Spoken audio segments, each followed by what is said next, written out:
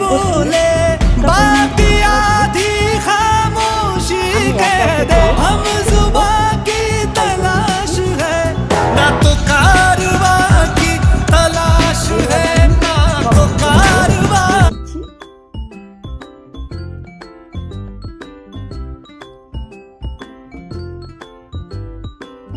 এবার উল্টে পাল্টে বাদামি কালার হয়ে এলে একটা পাত্রে তুলে নেব।